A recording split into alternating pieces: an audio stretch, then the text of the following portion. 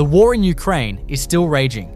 May 10th, 2026, Lyman direction, Signum Battalion, fiber optic FPV drones in the air, and Russian infantry keeps trying to push forward in groups. Wave after wave, they advance through the tree line. And every time, the drones are already watching. No signal to jam, no frequency to block. Just a wire and a target that can't escape. The soldiers are detected, tracked, and struck. No second chances, no foothold gained. This is what happens when fiber optic drones work a sector, systematically, with no warning, and no way to fight back. No advance makes it through. No group escapes the frame. This time, the Russian soldier tried to escape as fast as he could.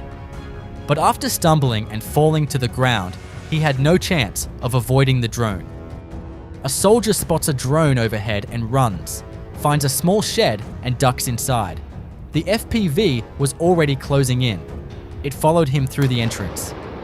The shed he chose for cover became the last place he'd stand. A Russian soldier lying in the trees. He spots the drone above him and just watches it. No movement, no attempt to run. The drone drops some munition. That decision cost him everything. Why do you think he stayed still? A Russian soldier advancing toward the front line, inside a tent. The logic is straightforward. Fabric reduces heat signature, making thermal detection harder. It didn't work here. A Ukrainian UAV equipped with a night vision camera spotted the movement anyway. The tent gave away its position more than it concealed it. A slow-moving shape in open terrain. STRIX unit spotted a Russian AGS-17 Plumire firing position before it could open fire. The AGS-17 is a 30mm automatic grenade launcher designed to deliver suppressive fire against infantry and fortified positions at ranges up to 1,700 meters. STRIX moved first. The position was struck before a single round left the barrel. The drone's next targets were two Russian soldiers trying to hide beneath a tree. The hundreds of shining cables scattered across the terrain are the trails left behind by fiber optic drones. An FPV drone scanning through the rubble. Then, a soldier on the ground, hands pressed over his ears. Not running, not fighting back, just sitting there, covering his ears as if blocking out the sound of the drone would make it go away. It's one of the most revealing moments this war has produced. Not defiance, not panic, just a man who has run out of options and knows it. What do you think was going through his mind in that moment? Magyar Birds, night operations, and Russian soldiers with no idea what's above them. Watch these final seconds. The drone is already locked on before any of them register what's happening. No time to react, no direction to run. They can't even see where the strike is coming from. Darkness used to offer something on a battlefield. Cover, concealment, a window to move without being seen. Not anymore. Not on this front. This footage shows a Ukrainian kamikaze drone strike against a Russian military vehicle. Vehicles without additional external cage armor are, as seen here, extremely vulnerable to FPV drone attacks. Two Russian soldiers return to their trench. A Ukrainian reconnaissance drone watches from above. Then the FPV drones arrive. Trenches can be cover, but once you're spotted, they become a trap. Powerful explosives drop in, one after another. The soldiers scramble out, split up. One is struck near the trench line. The other runs for the trees, tries to disappear into the woods. Then he throws his rifle at the drone. Nothing works. When your weapon becomes a projectile and the trees don't hide you, what's left? In this footage, a soldier riding a motorcycle suddenly came face to face with an FPV drone when he least expected it.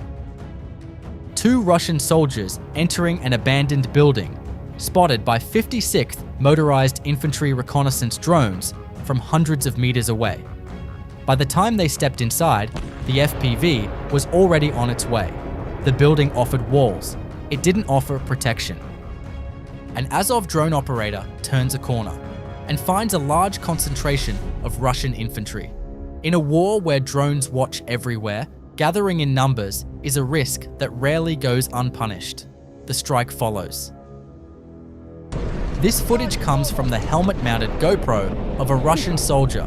As Russian troops rapidly moved along the front line in a vehicle, a Ukrainian FPV drone began pursuing them. In an attempt to stop the drone, the soldiers quickly jumped out of the vehicle and opened fire.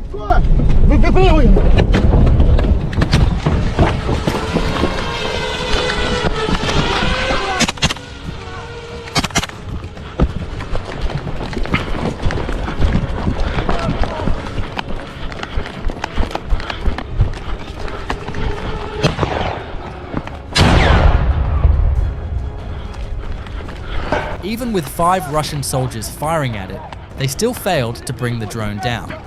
The FPV drone struck the vehicle, leaving it disabled. Perhaps a shotgun might have given them a better chance. Now left without transport, the soldiers are forced to continue on foot, exposed to every danger around them.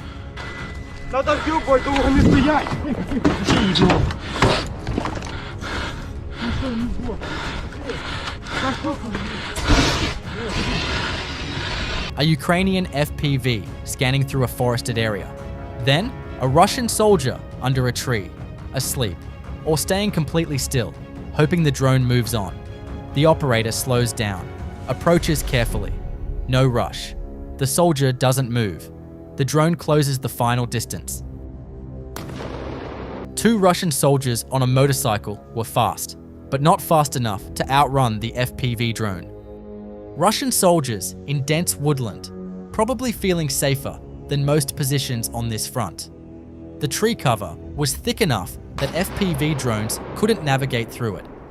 So the operator went from above instead. Munitions dropped directly down through the canopy. The trees that were supposed to provide concealment provided no protection from a strike coming vertically. The forest has no ceiling. When drone operators simply drop munitions from above instead of flying in, does any natural cover actually work anymore? Reconnaissance drones spot a Russian soldier slipping into a trench, then another, then more. Not a lone soldier, a drone control point crowded with personnel. Coordinates are passed. A Ukrainian GBU-62 precision bomb lands on the position. No warning, no escape. A group of Russian soldiers attempting to intercept a Ukrainian UAV with small arms fire. Automatic weapons aimed at a drone in the air.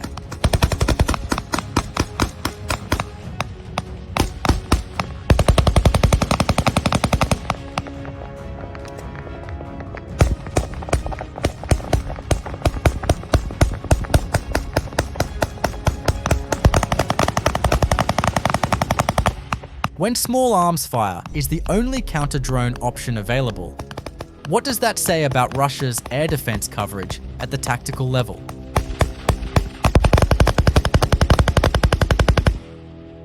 Ukrainian 210th Assault Regiment Berlingo, a layered strike on Russian rear assets in the Sumy sector.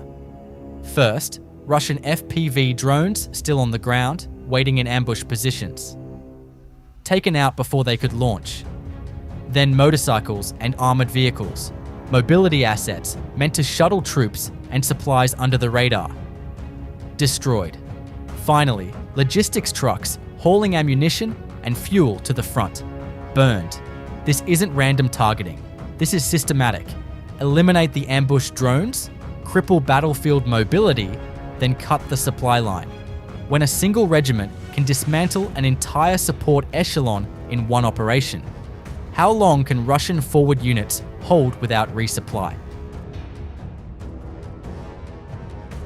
Novopavlivka direction.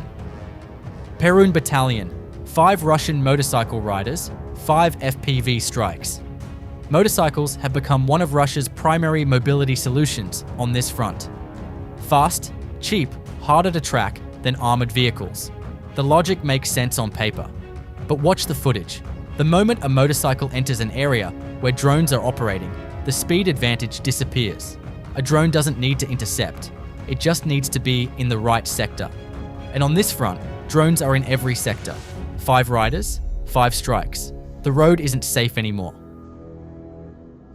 That's everything for today. May 10th, 2026. Day 1537 of this war. 147 combat engagements were recorded on May 9th, with the heaviest fighting concentrated on the Pokrovsk, Huliaipole, and Kostiantynivka axes. Russian total losses have now crossed 1,341,110 personnel since February 2022. Over the past 4 weeks alone, Russian forces suffered a net loss of 46 square miles of Ukrainian territory, double the size of Manhattan. The previous 4-week period had seen a net Russian gain of 17 square miles. The momentum has shifted. At least 40% of Russia's oil export capacity remains disrupted following sustained Ukrainian drone strikes on major export terminals. On the ground, Ukrainian defenders stopped 28 Russian assaults on the Pokrovsk front alone, targeting areas toward Belitska, Rodinska, Novolexandrivka, and other positions. On the Lyman axis, Russian forces launched 5 assaults near Lyman, Zarichne, and Ozerna, but were repelled. The economic pressure continues alongside the military one. The front holds. The drone war never stops. Subscribe for daily Frontline coverage. No agenda, just the facts. See you in the next one.